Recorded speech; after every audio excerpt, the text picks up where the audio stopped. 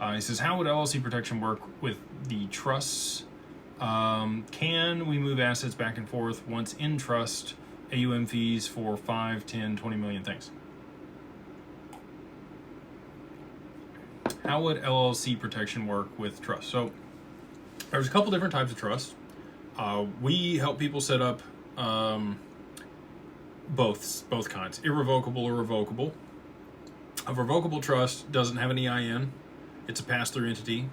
It just provides you probate protection and allows continuity without, public reporting of your assets when you pass away. The LLC and its interest in its assets can be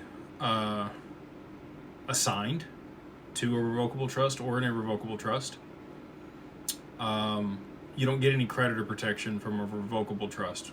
You would get creditor protection from irrevocable trust because you're going to have a distribution trustee and you're going to have a trust protector and you're going to be the grantor.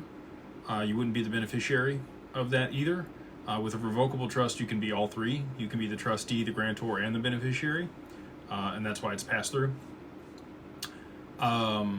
So I would work with an estate planner to figure that out for your situation, for your nieces and nephews. Once the stuff is in there, you can still move things around. You just can't move things outside the trust if you've completed the gift. So there's 3 different components or benefits that you would get to an irrevocable trust.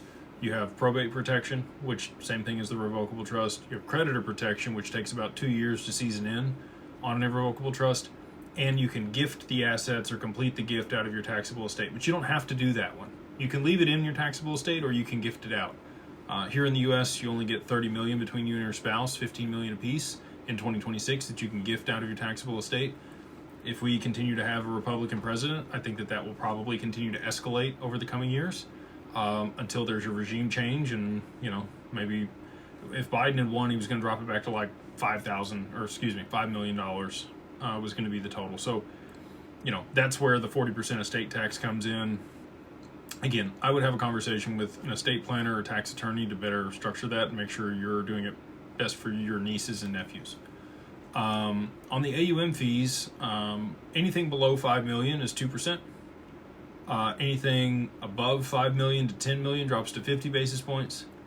Anything over $10 million drops to 40 basis points. And if you're hundreds of millions or billions, then we're happy to negotiate on the AUM fee. So, we have hard costs for all of that stuff. We do make a little margin there. It's not much. And it's enough to pay